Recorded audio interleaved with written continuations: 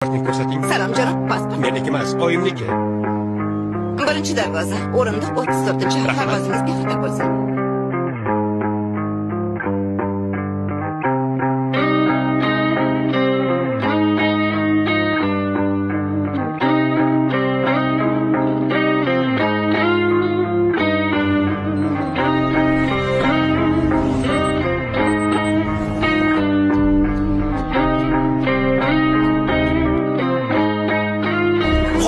Xonim, biron nima desangizchi.